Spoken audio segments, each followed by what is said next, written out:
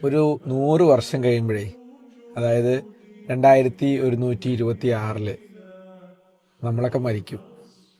നമ്മുടെ കുടുംബത്തിലെ എല്ലാവരും, നമ്മുടെ സുഹൃത്തുക്കളും നമ്മുടെ പരിചയക്കാരൊക്കെ മരിച്ചു മണ്ണാവും. നമ്മളിപ്പോൾ താമസിച്ചുകൊണ്ടിരിക്കുന്ന നമ്മുടെ വീട്ടിൽ വേറെ ആരോ ഒന്ന് താമസിക്കും.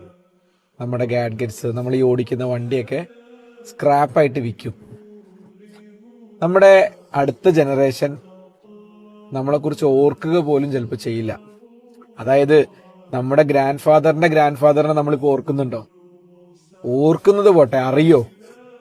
അപ്പോൾ ഒരു 30-40 വർഷം കഴിഞ്ഞാൽ നമ്മുടെ അടുത്ത തലമുറ നമ്മൾ എത്ര പേരെ ഓർത്തിരിക്കും? നമ്മുടെ ഈ എടുക്കുന്ന ഫോട്ടോസും ഈ വീഡിയോ അടക്കം ആര് കാണും?